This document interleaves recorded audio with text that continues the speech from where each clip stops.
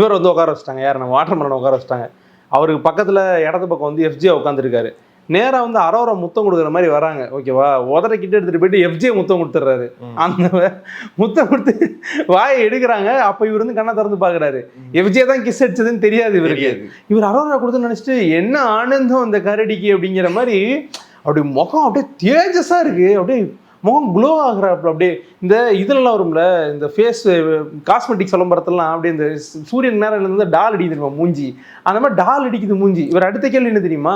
இது அரோரா தான் கொடுத்தாங்களான்னு கூட கேட்டிருக்கலாம். அவர் அப்படி கேட்கல. அடுத்து ரம்யா கொடுக்க போறாங்களா, ரம்யா எப்போ கொடுப்பாங்க அடுத்து? ஏன்னா இவர் கிஸ் அடிச்சுக்கிட்டே இருக்கிற ஒரு பெண்கள் அந்த மாதிரி ஒரு நிலைமையில கொடுத்தது எஃப்ஜே.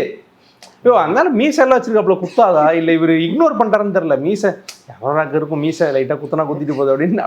இல்லை இந்த கிஸ் கொடுத்த சீன்ல ஒரு சீன் மிஸ் ஆயிடுச்சுன்னு நினைக்கிறேன். சொன்னா கனி பனி வந்துச்சா, இப்போ கிஸ் மிஸ்.